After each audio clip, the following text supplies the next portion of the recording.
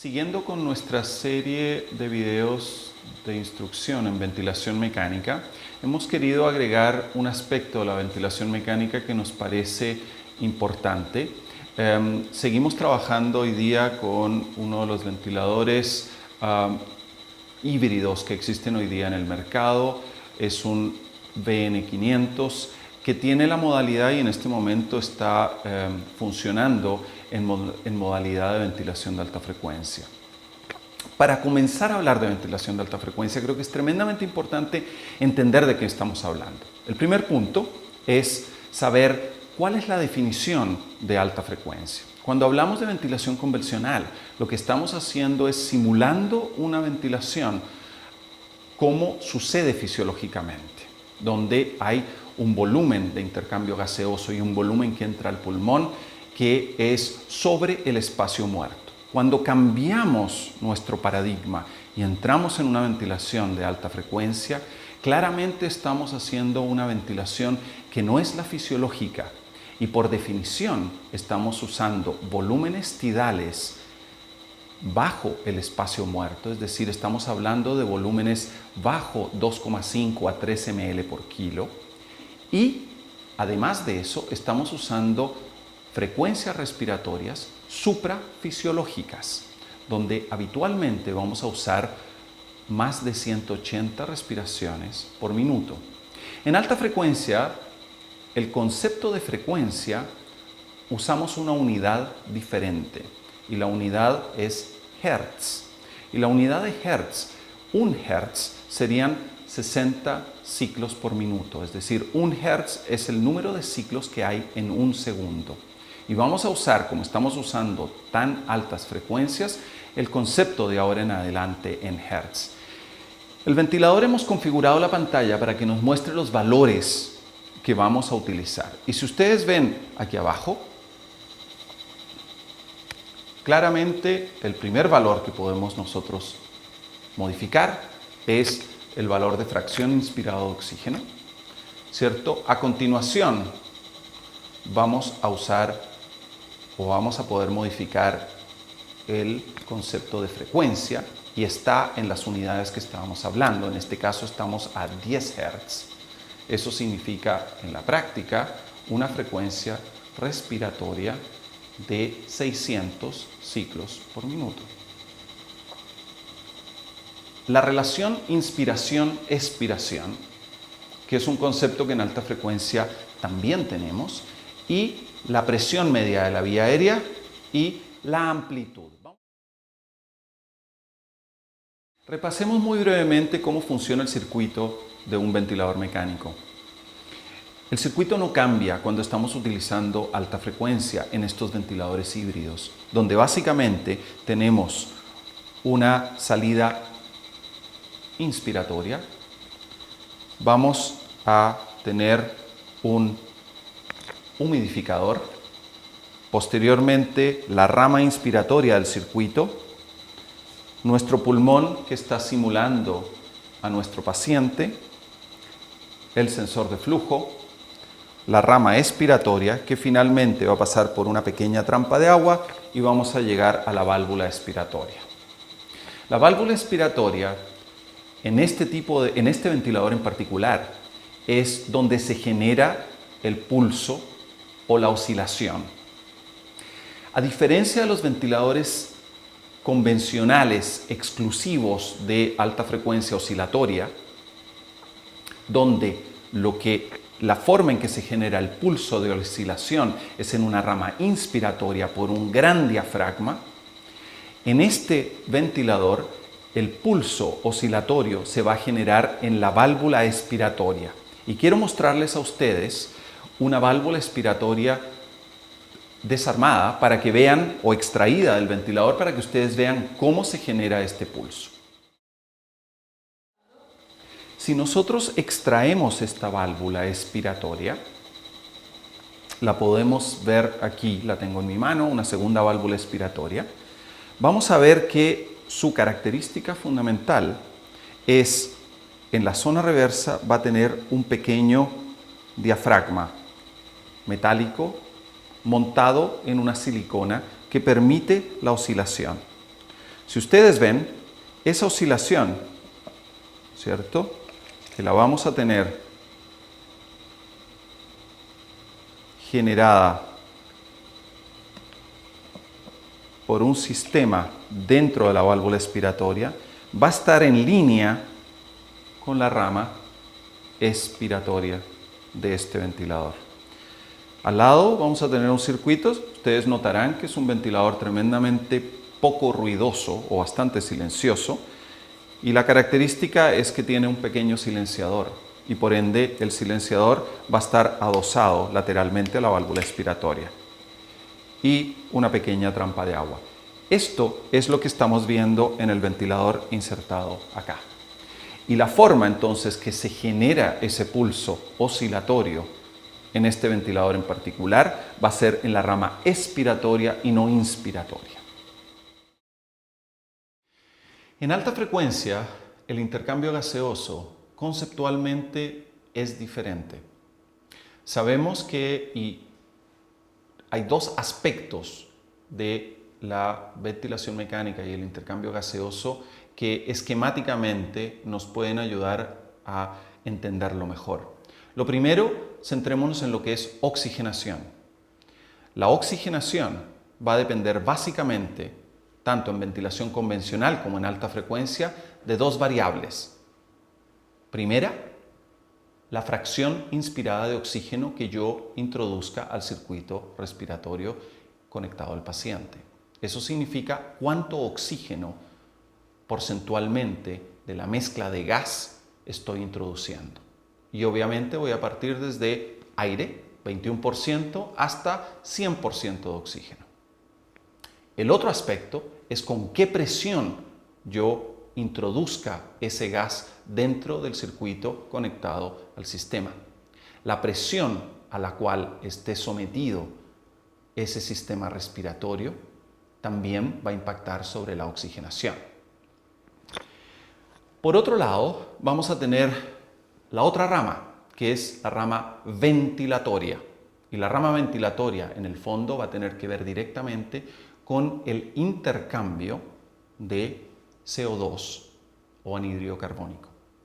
El intercambio de CO2 en ventilación convencional va a depender de dos variables. Por un lado, del volumen corriente que ingrese y después egrese de ese pulmón, y de la frecuencia a la cual yo cicle ese volumen. En ventilación de alta frecuencia, los conceptos en el área ventilatoria se nos van a cambiar un poco.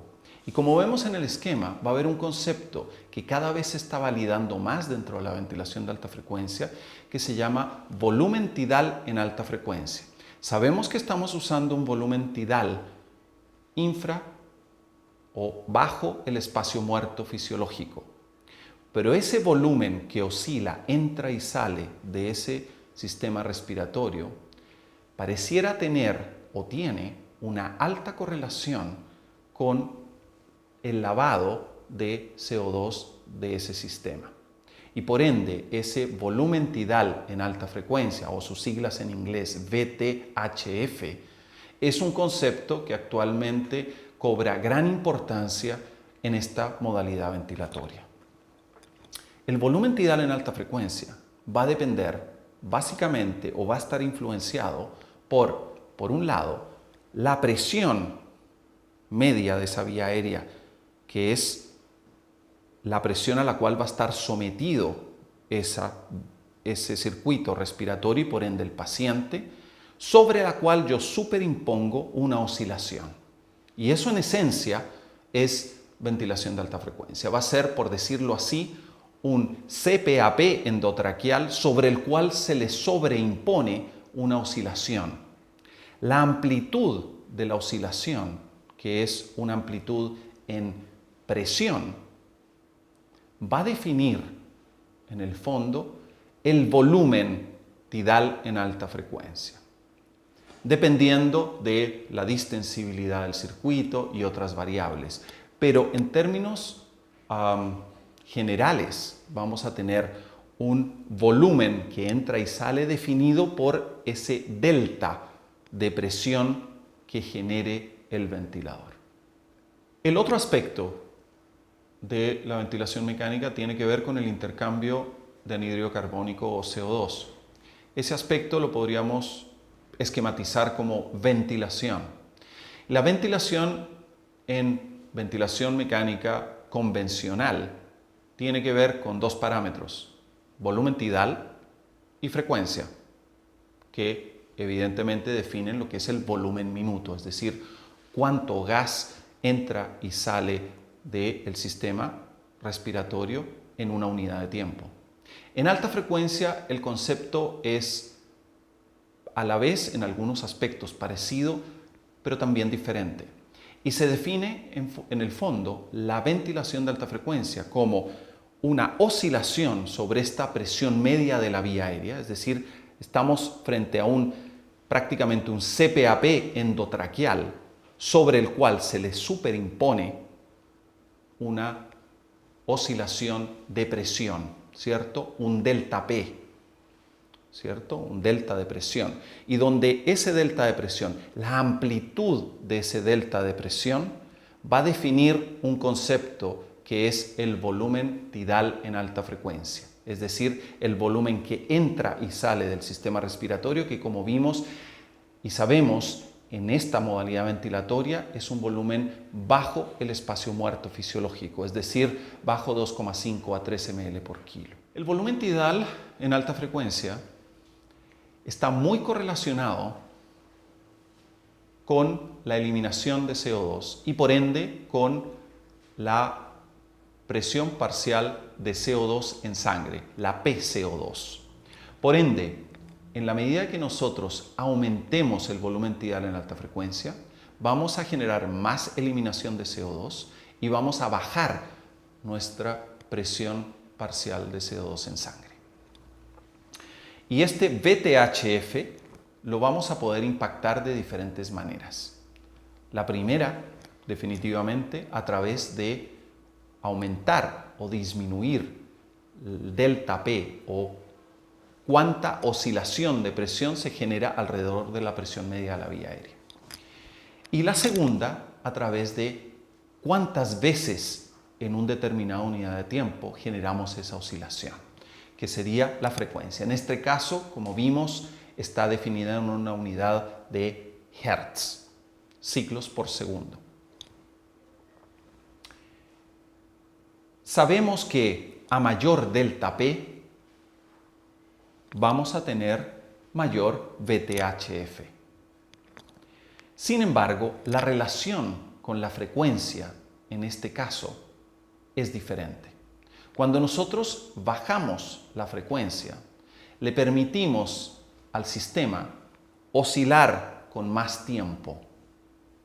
Y al oscilar con más tiempo, es capaz de generar VTHFs más altos. Entonces, en el rango de frecuencias que nosotros nos manejamos en alta frecuencia, que probablemente muy excepcionalmente va a ser bajo 6 Hz y también muy excepcionalmente va a ser sobre 15 Hz, probablemente esto va a depender mucho de la forma en que estemos ventilando a ese paciente. La relación entre VTHF y frecuencia respiratoria expresada en Hertz va a ser inversa. En la medida de que yo baje mi frecuencia, voy a tener un impacto aumentando mi volumen tidal en alta frecuencia o VTHF. En la medida de que yo aumente mi frecuencia, voy a impactar reduciendo mi VTHF, es decir, hay una relación inversamente proporcional. Cuando nosotros tenemos un diafragma que está oscilando para generar este delta P, definitivamente, si los tiempos inspiratorios y expiratorios son iguales, la onda oscilatoria se hace más perfecta. Y si tenemos igual tiempo inspiratorio y expiratorio, es decir, una relación inspiración-expiración de 1:1, vamos a tener una oscilación óptima. Y por ende, el ventilador va a trabajar mucho más eficientemente. En los ventiladores exclusivos de alta frecuencia, ese impacto de la relación inspiración-expiración no lo vivimos tan directamente. Sin embargo, en los ventiladores híbridos como el VN500 es tremendamente importante entender de que si queremos una ventilación mucho más eficiente, vamos a tener que utilizar, sobre todo con niños más grandes, una relación de inspiración de 1:1 para eficientizar el ventilador. Por ende, la relación inspiración-expiración indirectamente va a impactar sobre la generación del volumen tidal en alta frecuencia o VTHF.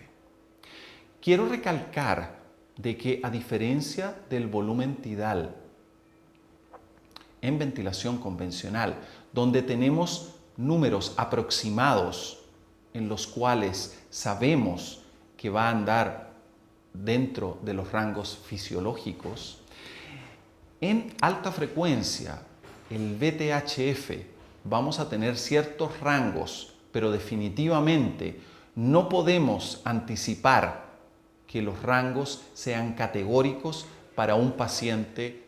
A diferencia de la ventilación convencional, cuando uno habla de volumen tidal en alta frecuencia, hay que tener conciencia de que no podemos definir claramente una recomendación que sea aplicable a cualquier paciente. Es decir, vamos a tener rangos dentro de los cuales nosotros nos podemos mover y probablemente esos rangos van a estar entre 1 y 1.5 ml por kilo y el rango superior va a estar probablemente no superior a 3 ml por kilo. Sin embargo, el recomendar tan tajantemente un valor por kilo de peso con el cual deberíamos empezar la ventilación de alta frecuencia, no me parece correcto hacerlo en esta modalidad ventilatoria. Si volvemos a el concepto de difusión de CO2, que está muy relacionado con el volumen tidal en alta frecuencia, podemos definir un indicador, y un indicador que se llama coeficiente de difusión de CO2 o abreviado DCO2. Este es un parámetro que hoy en día el ventilador y muchos ventiladores de alta frecuencia híbridos nos proporcionan y nos informan. Quiero que entendamos cómo se construye este parámetro para que podamos entender sus limitaciones. El coeficiente de difusión de CO2 o DCO2 es un parámetro que se correlaciona muy bien con el lavado de CO2 del alvéolo. Y por ende, si vemos cómo se construye este indicador, vamos a tener un impacto muy alto del volumen tidal en alta frecuencia. Como ustedes pueden ver en la fórmula, el volumen tidal en alta frecuencia está elevado al cuadrado y multiplicado por la frecuencia en Hertz. Esto define matemáticamente el coeficiente de difusión de CO2. Ya podrán anticipar que pequeñas variaciones en el volumen tidal de alta frecuencia van a tener un gran impacto sobre el coeficiente de difusión al estar elevado al cuadrado. Podrán encontrar una pequeña contradicción con lo que habíamos dicho previamente. Es decir, si nosotros aumentamos la frecuencia, todos sabemos que lejos de mejorar el intercambio de CO2, lo empeoramos y viceversa. ¿Cómo se puede entender esto en función de esta fórmula? Básicamente porque si bien al aumentar la frecuencia aumentamos el DCO2, el impacto que el aumento de frecuencia tiene en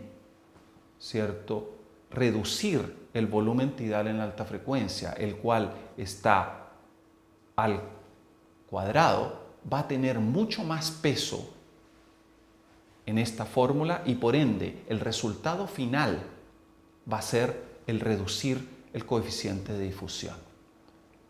Resumiendo, si yo aumento la frecuencia, aunque está multiplicando el volumen tidal en alta frecuencia elevado al cuadrado, el resultado final va a ser una reducción del coeficiente de difusión.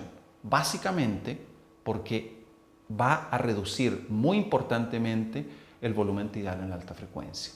Y viceversa. Si yo reduzco la frecuencia, el impacto que va a tener la reducción de la frecuencia no va a ser tan significativo porque el resultado final va a ser un aumento del DCO2 a través de aumentar en forma muy significativa el volumen tidal en la alta frecuencia y por ende en esta fórmula elevado al cuadrado va a tener un gran impacto en elevar el DCO2. Todos estos parámetros que hemos explicado recientemente no son simplemente teoría. Históricamente estábamos acostumbrados a ventilar pacientes en alta frecuencia sin tener ningún retorno o lectura de parte del paciente. Nosotros sabíamos lo que la máquina estaba haciendo y nuestra forma de ver el impacto sobre ese paciente neonatal era básicamente a través de la oscilación de su tórax o de los gases arteriales y radiografía. Con los ventiladores más modernos, híbridos, que tienen un sensor de flujo que nos va a medir la oscilación, no solamente que genera el ventilador en el circuito, sino muy proximal al paciente, tenemos un parámetro adicional que nos va a permitir medir exactamente el volumen tidal en alta frecuencia. Y como vimos, ese hace una gran diferencia porque ya tenemos por primera vez un parámetro que estamos leyendo del paciente y que nos puede ayudar a ventilarlo mejor. Vemos que en pantalla podemos setear en este ventilador los parámetros que hemos definido previamente. Es decir, aquí arriba tenemos el coeficiente de difusión de CO2 o DCO2, ya sabemos cómo se construye. Tenemos a continuación la presión media de la vía aérea y sabemos que también la vamos a poder modificar. Tenemos el volumen tidal en alta frecuencia y tenemos el delta P o en el fondo cuánta amplitud de presión estamos generando en esa oscilación. Estos son lecturas que vamos a tener y que van a estar proporcionadas fundamentalmente desde el paciente. Lo que vamos a hacer a continuación es tratar de transformar toda esa teoría que hemos revisado y tratar de convencerlos de que eso no simplemente es teoría, sino que lo podemos evidenciar con un modelo neumático en el ventilador mecánico.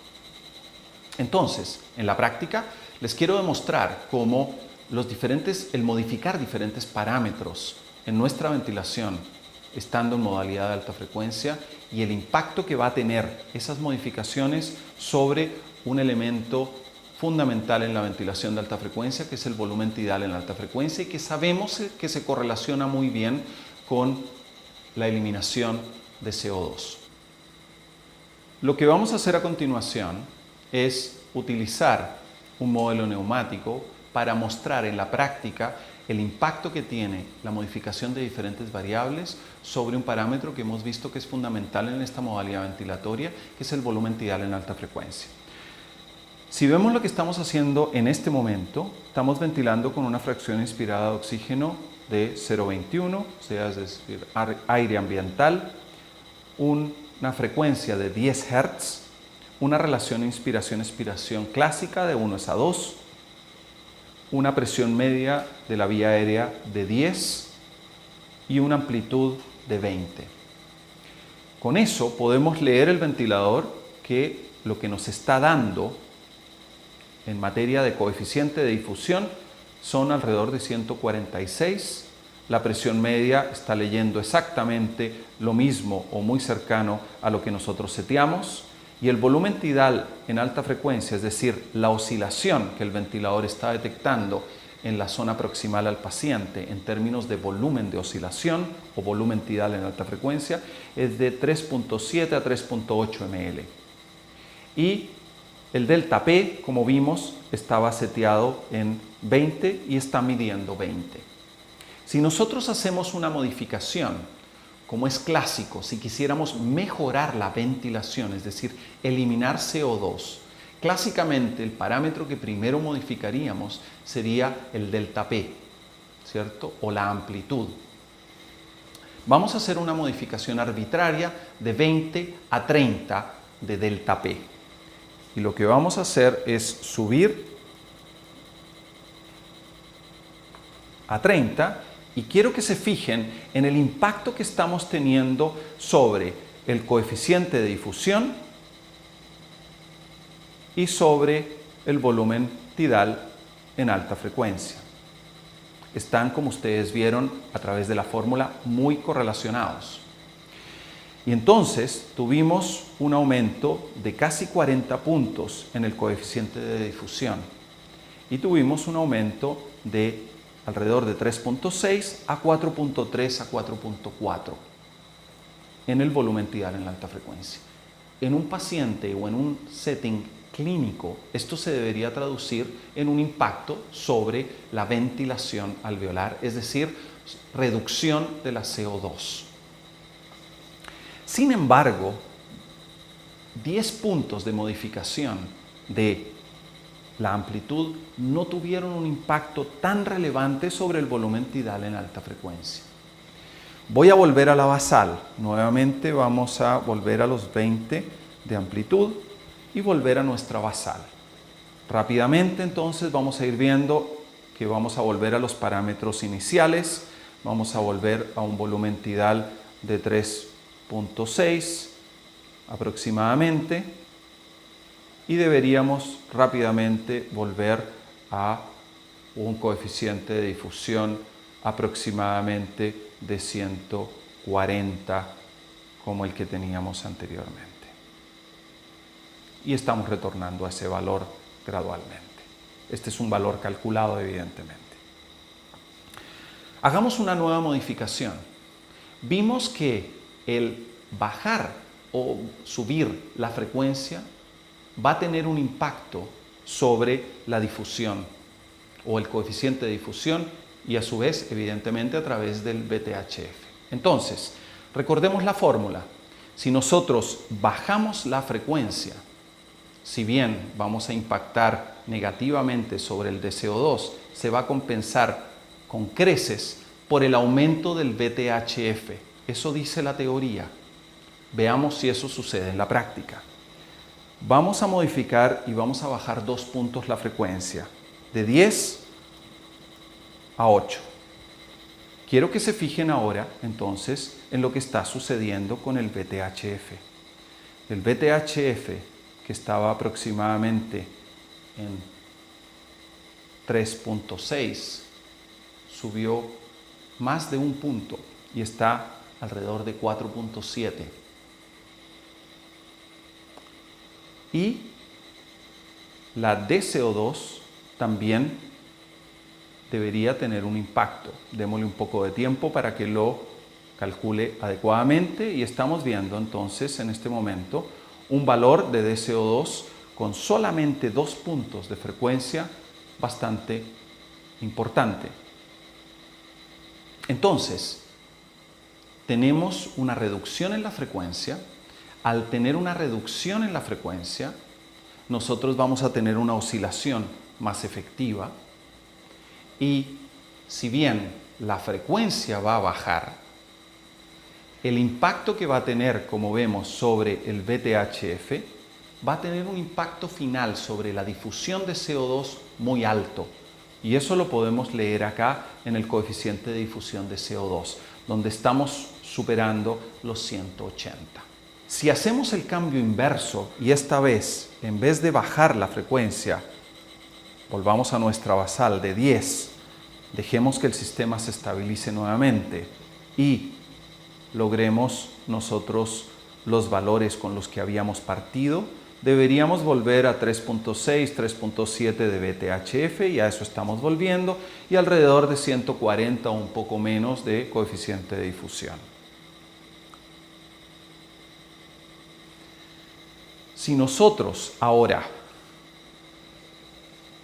hacemos, y ahí estamos volviendo nuevamente alrededor de 140, si nosotros ahora hacemos un incremento en la frecuencia,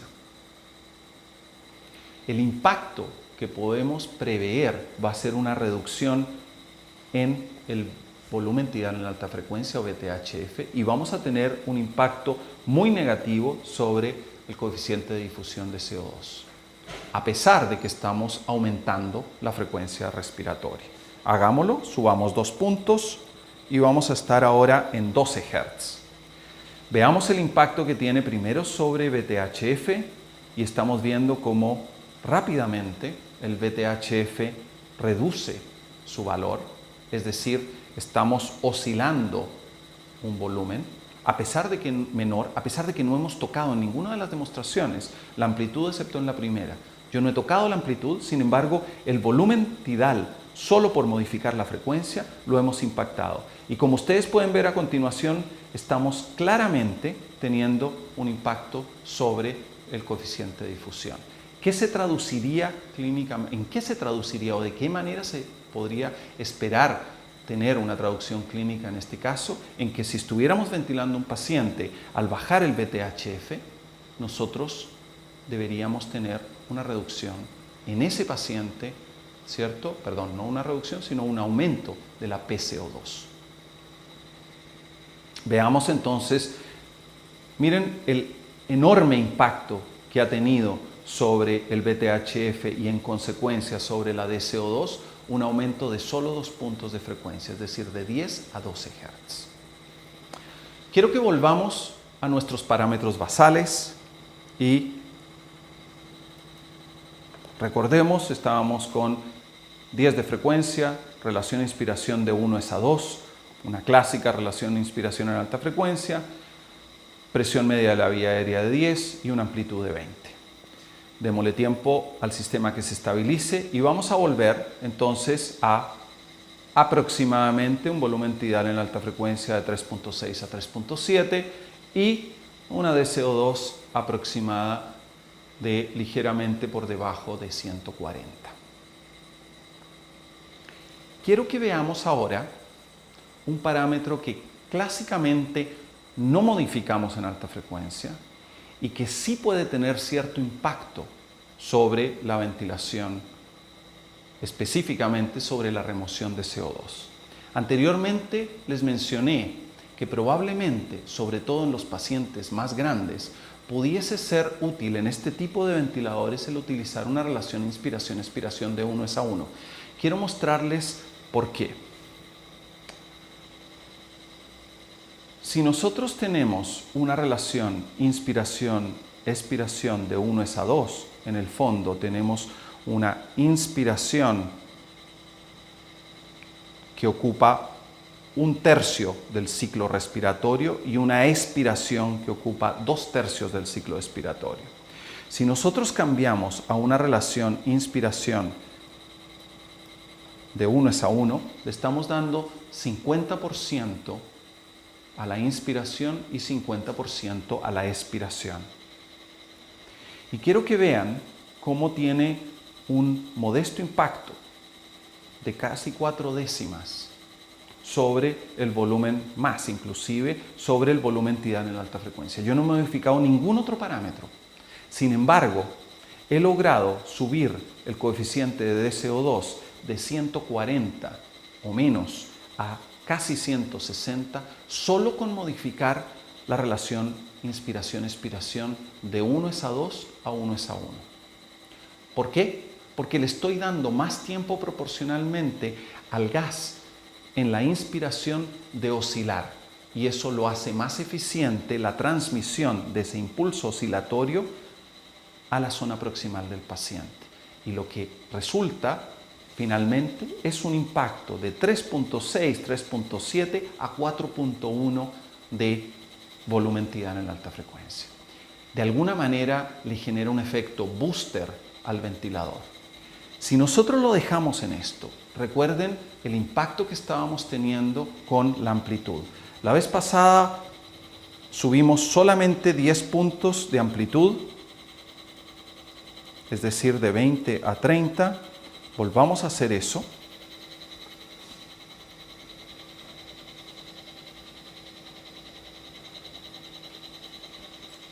Miren, si bien tenemos un punto basal mucho más alto, miren que el impacto que estamos teniendo con una relación inspiración-expiración de 1:1 sobre el volumen tidal en alta frecuencia no es despreciable.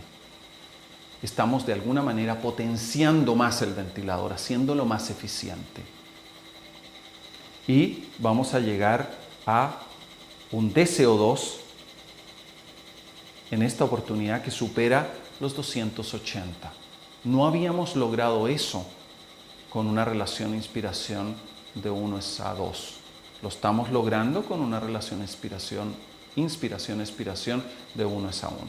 Entonces, como concepto, el ventilador va a ser mucho más eficiente y los cambios que tengamos sobre amplitud van a tener mucho más impacto sobre el coeficiente de difusión y sobre la BTHF cuando trabajamos con relaciones inspiración-expiración de 1:1.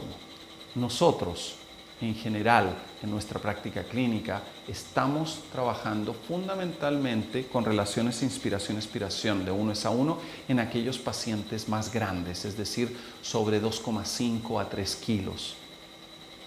Porque vemos que el ventilador responde mucho más eficiente y logramos ventilarlo de manera mejor. Los prematuros seguimos usando las relaciones inspiración-expiración de 1:2 porque no necesitan tanta potencia de parte del ventilador. Volvimos entonces a nuestros parámetros basales. En base a todo lo que hemos conversado, y hay bastante literatura que lo avala, el volumen tidal en alta frecuencia en esta modalidad ventilatoria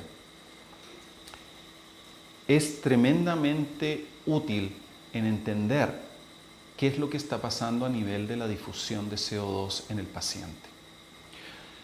Es difícil hacer una correlación exacta de un volumen por kilo con una PCO2, pero una vez nosotros hemos encontrado el volumen tidal en alta frecuencia en un paciente particular que se correlaciona con una PCO2, una observación clínica frecuente es que tiende a haber una muy buena correlación entre BTHF y PCO2 en un paciente individual. Por ende, sonaría bastante lógico tener una modalidad ventilatoria en el cual, en vez de fijar amplitud, nosotros fijáramos BTHF. Y esa modalidad ventilatoria existe y se llama volumen garantizado en alta frecuencia. Y este ventilador en particular lo que hace es, si yo lo pongo en la modalidad ventilatoria de volumen tidal en alta frecuencia, lo que yo voy a hacer va a ser fijar el volumen tidal, lo voy a dejar en 3.8 tal como está ahora, y voy a activar el sistema. Y lo que va a hacer, o lo que le estoy pidiendo que haga el ventilador, es que me mantenga un volumen tidal de alta frecuencia independientemente de lo que pase con otros parámetros. Es decir, asumiendo que he logrado la PCO2 que quiero en ese paciente, yo ahora lo que le estoy diciendo es, la PCO2 que ese paciente tiene se correlaciona muy bien con 3.8. Y sabemos que eso clínicamente frecuentemente es así. Por ende, yo quiero 3.8 de volumen tidal en alta frecuencia. Y le voy a dar un crédito o la posibilidad de que utilice la amplitud dentro de ciertos márgenes que el ventilador estime conveniente para lograr ese volumen tidal que yo le he solicitado. Y por ende, yo voy a ver acá, ¿cierto? Un concepto que es amplitud máxima. Y le puedo dejar hasta, en este caso, voy a poner una cifra arbitraria, 50. No está usando 50, si ustedes se dan cuenta está usando 20. Pero tiene la posibilidad, o yo le he dado la instrucción al ventilador de que puede llegar a usar hasta 50. Veámoslo en acción. Si yo simulo una situación de menor distensibilidad del pulmón, comprimiendo este pulmón, evidentemente que voy a comprometer el volumen de oscilación. Y como ustedes pueden ver, el volumen tidal en alta frecuencia está bajando. Lo que está haciendo el ventilador es gradualmente subir, ¿cierto?, la amplitud dentro de ciertos márgenes, pero llega un punto en que me dice, ¿sabe qué? No estoy logrando, y me está volumen tidal no logrado. Ahora, quiero volver a la basal. Yo le he pedido al ventilador entonces, en esta modalidad, que me mantenga un volumen tidal en alta frecuencia de 3.8. La variable que puede modificar es amplitud. Tengo seteada una amplitud máxima de 50. Sin embargo, lo que vamos a hacer a continuación es forzarlo a que modifique esa variable, modificándole la frecuencia de base, para que ustedes entiendan qué es lo que hace el ventilador en esa condición. Lo que va a hacer básicamente es modificar el delta P hasta que logre el volumen tidal en la alta frecuencia. Si yo le bajo la frecuencia de 10 a 9, sabíamos que el impacto que va a tener sobre el VTHF es aumentar el VTHF. Lo que va a hacer el ventilador, y ustedes ven claramente que lo está haciendo, es ir reduciendo el delta P para lograr mantener. Como es mucho más eficiente a frecuencias más bajas, ya no necesita tener un delta P de 20, le basta con 17, y si yo lo vuelvo a bajar a 8, van a ver como para mantenerme el volumen que yo le he solicitado, que es de 3.8, va a ir bajando el delta P hasta los valores que le permitan lograr el VTHF deseado o seteado. Entonces, en el fondo, voy a volver a subir la frecuencia, subámosla a 12. En el fondo lo que estoy haciendo aquí es dándole al ventilador una variable que puede modificar para lograr el volumen tidal en alta frecuencia. Entonces, ya no es la amplitud mi objetivo o mi meta, sino el volumen tidal en alta frecuencia, que sabemos que tiene mucho mejor correlación con eliminación de CO2. Y aquí estamos viendo de que en la medida que yo le aumenté la frecuencia, el ventilador fue modificando la amplitud para lograr el volumen tidal y mantenérmelo estable.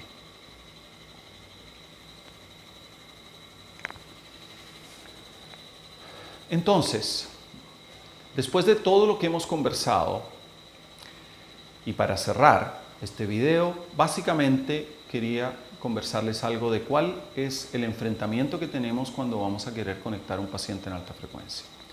Si un paciente está en ventilación convencional, sabemos que está sometido a un régimen de presiones S-tórax intermitente que oscila entre la presión de final de la expiración, ¿cierto? O presión expiratoria, o PEP, y la presión máxima inspiratoria o presión inspiratoria máxima, PIM. En esos dos regímenes de presiones se va a mover ese tórax. Cuando nosotros metemos a un paciente en alta frecuencia, vamos a someterlo a una presión constante a lo largo de todo el ciclo respiratorio, sobre la cual hay una pequeña oscilación. Eso tiene un efecto hemodinámico no menor y puede reducir significativamente el retorno venoso. Así que lo primero que tenemos que hacer antes de conectar a un paciente en alta frecuencia, sabemos que es asegurarnos que tenga una buena volemia, y si no la tiene o tiene riesgo de caer en una hipovolemia relativa por nosotros aumentar la presión media de la vía aérea dentro de ese tórax, tenemos que administrarle volumen o hacer lo necesario para que eso no suceda. Segundo, clásicamente lo que se hacía era observar, ponerle una presión media de la vía aérea y observar cuál era la oscilación del tórax para lograr una cierta oscilación efectiva. Probablemente eso lo vamos a seguir haciendo. Sin embargo, ahora rápidamente podemos tener una lectura de qué impacto eso está teniendo en función del volumen tidal en alta frecuencia. Y a partir de ese momento dejamos de adivinar tanto. Cuando ya sabemos que el volumen tidal en alta frecuencia de ese paciente en particular se correlaciona con una PCO2, podemos entonces pedirle al ventilador que nos apoye y podemos usar esa lectura como un parámetro a seguir dentro de ciertos márgenes para saber qué es lo que estamos haciendo y qué es lo que estamos logrando con ese paciente desde el punto de vista de eliminación de CO2. Entonces, con estos nuevos ventiladores podemos acercarnos un poco más y por primera vez en alta frecuencia leer lo que el paciente o lo que está sucediendo en el paciente un poco más a través de una lectura que nos brinda el sensor de flujo que es proximal al paciente. No solo lo que está haciendo la máquina, sino de alguna manera cuánto efectivamente estamos logrando oscilar a nivel proximal de esa vía aérea. Muchísimas gracias.